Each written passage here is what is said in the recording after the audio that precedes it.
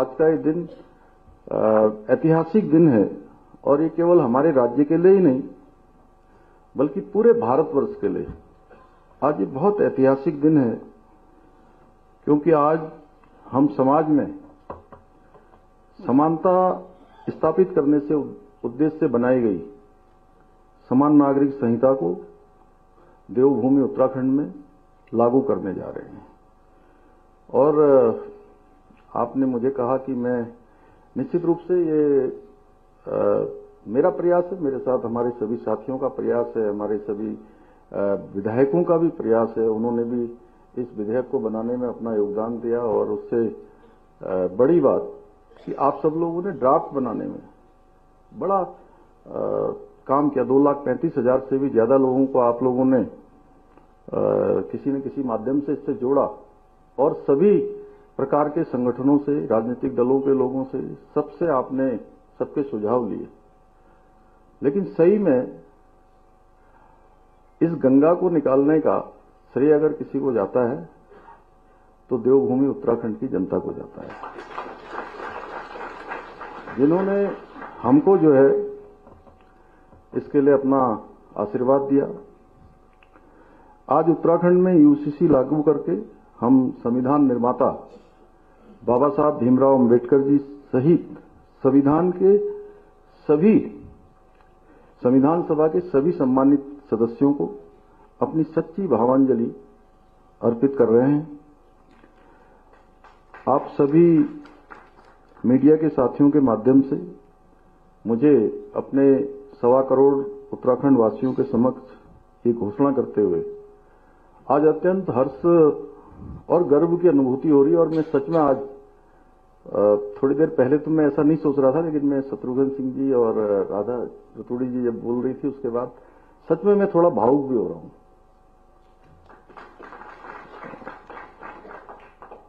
कि इसी क्षण से आज उत्तराखंड में इसी क्षण से समान नागरिक संहिता पूर्ण रूप से लागू हो गई है और इसी क्षण से उत्तराखंड राज्य के समस्त नागरिकों के संवैधानिक और नागरिक अधिकार एक समान हो गए हैं और इसी क्षण से सभी धर्म की महिलाओं को समान अधिकार प्राप्त हो गए हैं। जो हम बार बार कहते थे कि देश की आधी आबादी का एक पूरा कानून है, तो ये पूरा कानून देवभूमि उत्तराखंड में लागू हो गया है।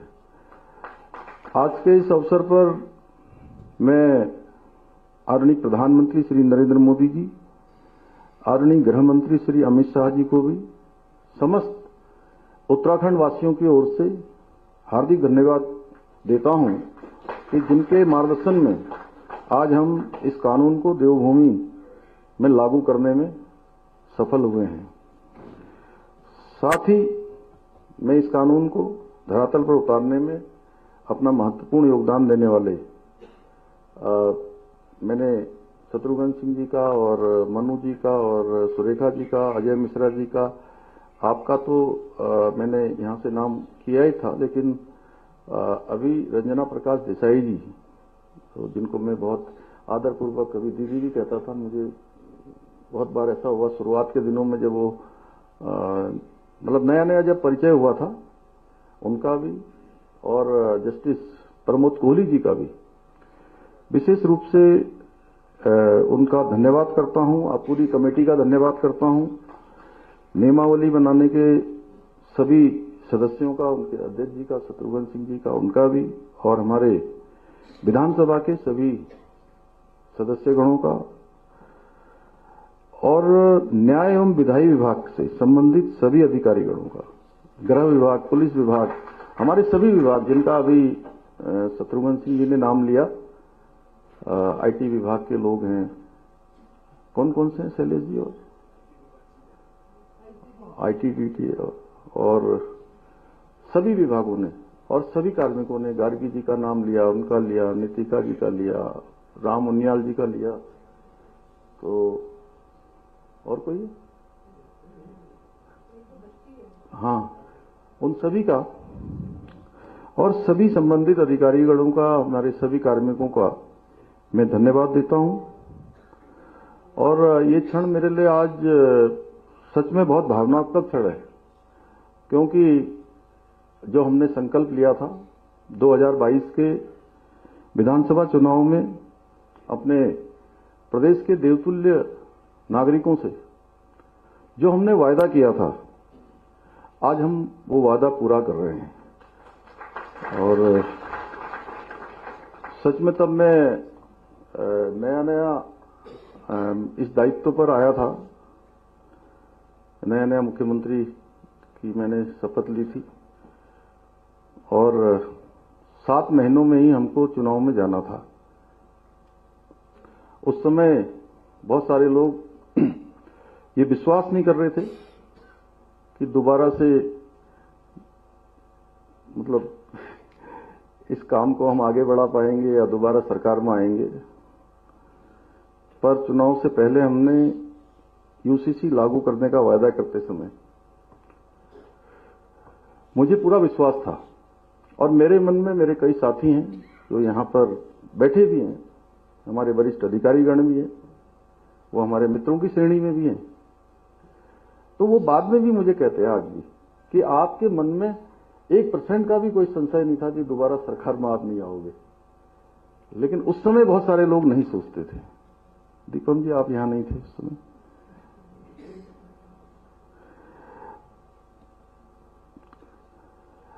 मुझे पूरा विश्वास था कि देवभूमि उत्तराखंड की जनता इस देवतुल्य कार्य में हमारा अवश्य साथ देगी, और हुआ भी यही। उत्तराखंड में पहली बार राज्य स्थापना के 22 सालों के बाद पहली बार जो सरकार थी, दोबारा वो सरकार आ गई। ये राज्य के अंदर एक राज्य में मिथक बना हुआ था। पहले एक परिपाटी थी कि हर बार सरकार बदल जाती है। क्यों रणबीर जी, आप तो मेरे साथ डीआईपीआर के डायरेक्टर थे उस समय, आपसे बेहतर कोई नहीं जान सकता है। थोड़ा हास्य विनोद भी हो जाए, क्योंकि आपकी बातें सुन के थोड़ा लोग जो है अभी हाँ नहीं, लास्ट में तो आपने उसको सरल बना दिया, जो सरलीकरण हमारा मंत्र है। लेकिन शुरुआत में थोड़ा सा मुझे लगता है कि दिमाग में जोर पड़ा होगा थोड़ा। मैं गलत तो नहीं कह रहा हूं? क्यों मुन्ना भाई साहब, आप तो बहुत हमारे संविधान के वो हैं। तो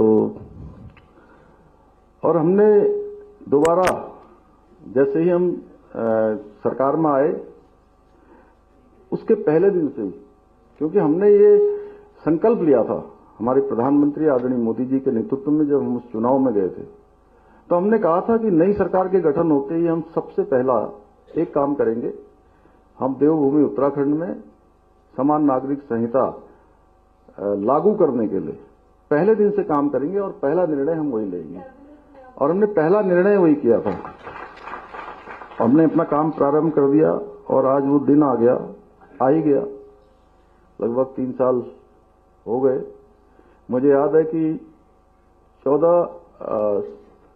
12 फरवरी 2022 को मैंने ये संकल्प देवभूमि उत्तराखंड की जनता के सामने रखा था, और लगभग 3 साल होने को है।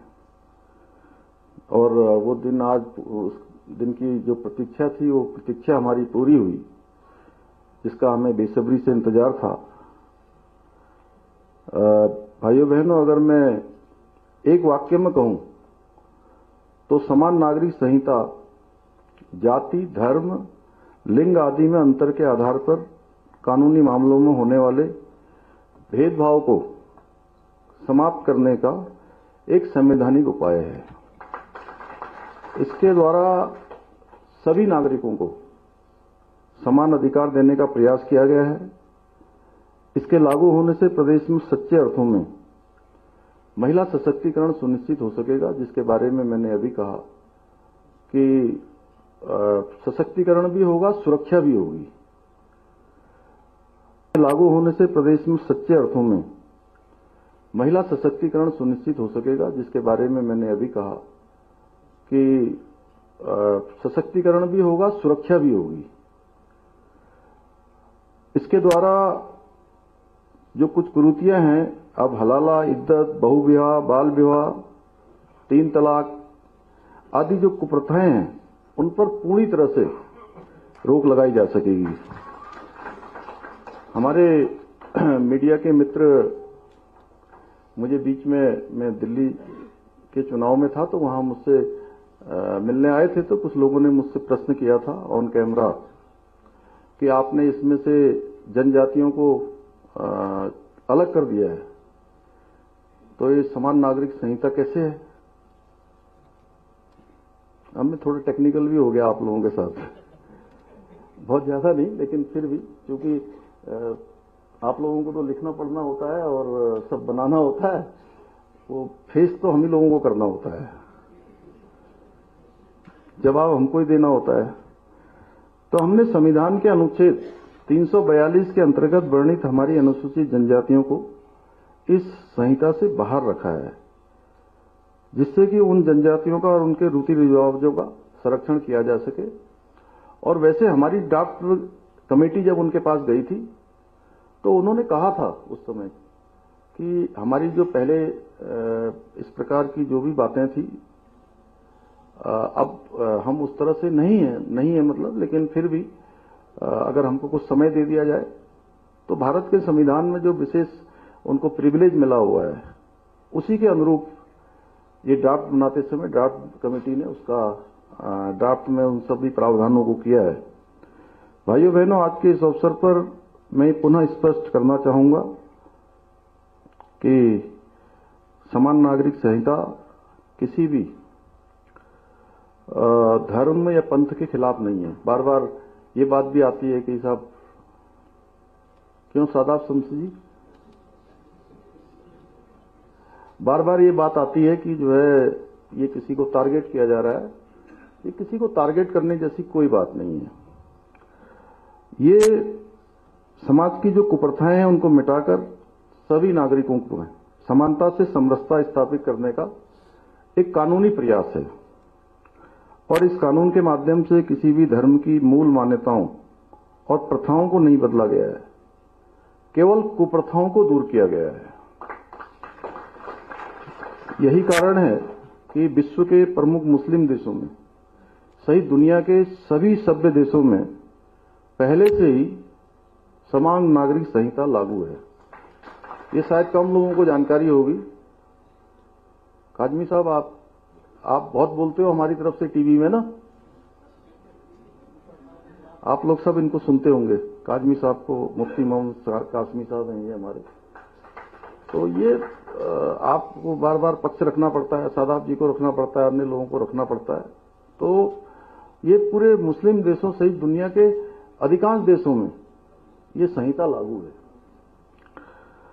इस कानून द्वारा सभी धर्मों के लोगों के लिए विवाह और विवाह विच्छेद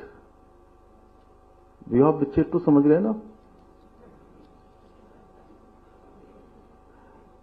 उसको डिफाइन तो नहीं करना है कोई आप लोगों को, भैया बाद में मत कहना, क्योंकि अभी अलग अलग से वो मैं नहीं बता पाऊंगा। मैं इसलिए ऐसे बोल रहा हूं कि आप लोग अपनी वो उसमें रख लीजिए, सब लोग मीडिया में।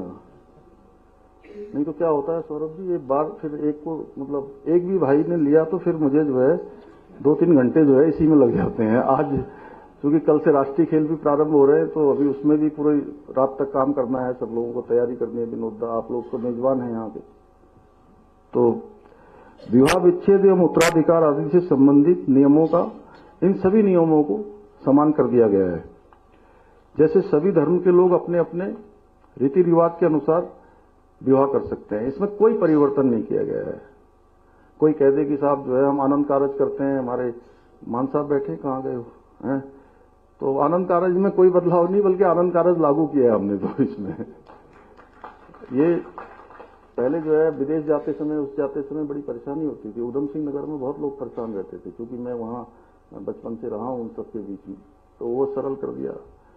कोई अगर निकाह करता है तो निकाह किसी का रोका नहीं गया जी, जैसे पहले करते थे वैसे ही अब भी करेंगे। क्यों मनु जी, यही है ना, जैसे पहले था वैसे ही रहेगा।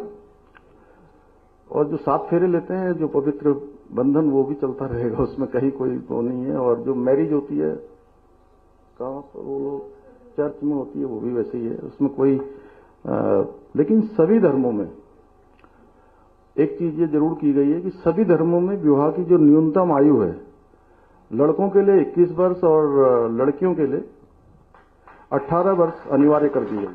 मतलब 18 वर्ष से पहले नहीं कर सकते। वहीं दूसरी ओर सभी धर्मों में पति पत्नी को विवाह विच्छेद के पश्चात समान अधिकार देने के साथ ही पति या पत्नी के जीवित रहते हुए दूसरे विवाह को पूर्णतः प्रतिबंधित कर दिया गया है। भाइयों बहनों, समान नागरिक संहिता में संपत्ति के बंटवारे और बाल अधिकारों के विषय में भी स्पष्ट कानून बनाए गए हैं। इन कानूनों के अंतर्गत सभी धर्म और समुदाय में बेटी को भी संपत्ति में समान अधिकार प्रदान कर दिए गए हैं। इसके साथ ही संपत्ति के अधिकार में बच्चों में कोई दिक्कत है? इसके साथ ही संपत्ति के अधिकार में बच्चों में भी किसी प्रकार का भेद नहीं किया गया है। अर्थात प्राकृतिक संबंधों के आधार पर जन्मे, सहायक विधियों द्वारा जन्मे या लिव इन रिलेशनशिप आदि संबंधों द्वारा जन्मे बच्चों को भी संपत्ति में बराबर अधिकार माना जाएगा। वहीं दूसरी ओर किसी भी व्यक्ति की मृत्यु होने के पश्चात उसकी संपत्ति को लेकर परिवार के सदस्यों के बीच किसी प्रकार के मतभेद की स्थिति उत्पन्न न हो, इसके लिए मृतक की संपत्ति पर उसकी पत्नी, बच्चों एवं माता पिता को भी समान अधिकार प्रदान किया गया है। भाइयों बहनों, वर्तमान समय को देखते हुए युवक और युवतियों की सुरक्षा सुनिश्चित करने एवं युवाओं को सामाजिक समस्याओं से बचाने के उद्देश्य से इस कानून में लिव इन रिलेशनशिप के लिए पंजीकरण अनिवार्य किया गया है। पंजीकरण कराने वाले युगल की सूचना रजिस्ट्रार उनके माता पिता या अभिभावक को देगा। ये जानकारी पूर्णतः गोपनीय रखी जाएगी। इसके साथ ही लिव इन के दौरान जन्मे बच्चों को भी उस युगल का बच्चा ही माना जाएगा और उस बच्चे को जैविक संतान के समान समस्त अधिकार प्राप्त होंगे। इसके साथ ही इस कानून के माध्यम से जन्म एवं मृत्यु के पंजीकरण की भांति विवाह और विवाह विच्छेद दोनों का पंजीकरण भी किया जा सकेगा। हाँ, एक बात हमारे में मीडिया के मित्र बार बार ये एक प्रश्न और करते हैं कि ये लिव इन रिलेशनशिप में आपने उनके बेडरूम तक चले गए हैं, आपने उनकी निजता को समाप्त किया है। मैं बताना चाहता हूं कि हमारा उद्देश्य बिल्कुल भी किसी की निजता को समाप्त करना नहीं है। हमारा उद्देश्य केवल और केवल उनके जीवन की सुरक्षा सबसे पहली प्राथमिकता है। क्योंकि जब लिव इन रिलेशनशिप में जब वो रहते हैं तो बहुत आपस में उनका अच्छा संबंध होता है, लेकिन साथ में रहते हुए कई बार संबंध खराब हो जाते हैं और संबंध खराब होने के बाद मारपीट होती है, हिंसक घटनाएं होती हैं और बहुत बार इसमें हत्याएं भी हुई हैं। आप सबको दिल्ली का एक 2022 का एक केस हुआ था, श्रद्धा वालकर और आफ्ताब, जिसमें 300 लीटर के फ्रिज में श्रद्धा वालकर को काट के उसको डाल दिया गया था। इसलिए हमारा यह भी उद्देश्य है कि अब कोई भी श्रद्धा वालकर जैसी किसी भी बेटी के साथ, किसी भी बहन के साथ कोई आफ्ताब इस प्रकार की हैवानियत न कर सके। इसलिए हमने ये सब प्रावधान किए हैं। और हमारी सरकार के सरलीकरण के मंत्र के अनुरूप ये पंजीकरण एक वेब पोर्टल के माध्यम से भी अब आगे किया जा सकेगा। हमने समान नागरिक संहिता लागू करने के साथ ही इसके क्रियान्वयन हेतु एक प्रभावी एवं स्पष्ट नियमावली को भी लागू किया है और इस नियमावली के माध्यम से ये सुनिश्चित करने का प्रयास किया गया है कि किसी भी नागरिक को अपना रजिस्ट्रेशन करवाने में कोई समस्या ना आए। भाइयों बहनों, मुझे इस बात का भी आज गर्व है कि जनसंघ के समय से, देश की आजादी के बाद से ही हमारी पार्टी ने जितने भी वैचारिक संकल्प रखे थे देश के समक्ष, वो चाहे कश्मीर से धारा 370 समाप्त करना हो, 3 तलाक समाप्त करना हो, सीएए का कानून लागू करना हो या भगवान राम की जन्मभूमि अयोध्या में भव्य और दिव्य मंदिर बनवाना हो। आदरणीय प्रधानमंत्री श्री नरेंद्र मोदी जी के नेतृत्व में हम उन सभी संकल्पों को पूर्ण करने में सफल हुए हैं और केवल एक समान नागरिक संहिता का संकल्प बचा था, जिसे आज हमने उत्तराखंड में लागू करके इस संकल्प को पूर्ण करने की दिशा में भी अपने कदम बढ़ा दिए हैं। मैं आज के इस अवसर पर यह भी घोषणा करना चाहता हूं कि उत्तराखंड में अब 27 जनवरी का दिन समान नागरिक संहिता दिवस के रूप में मनाया जाएगा।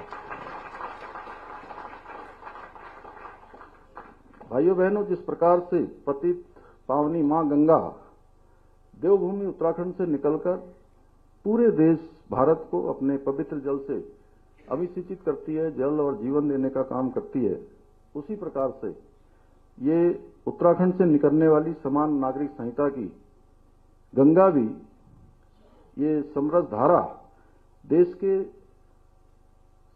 सभी देशवासियों को निकट भविष्य में आगे बढ़ने के लिए प्रेरित करेगी, सभी को लाभ देगी।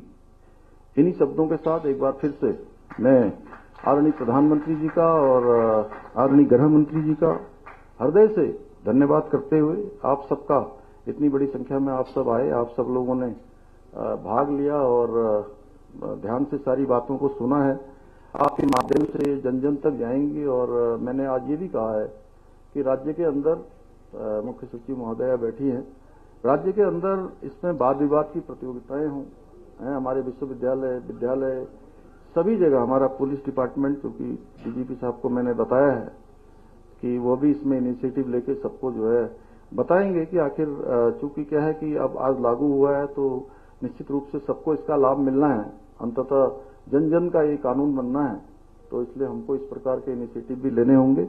पुनः सभी का धन्यवाद करते हुए मैं अपनी बात समाप्त करता हूं।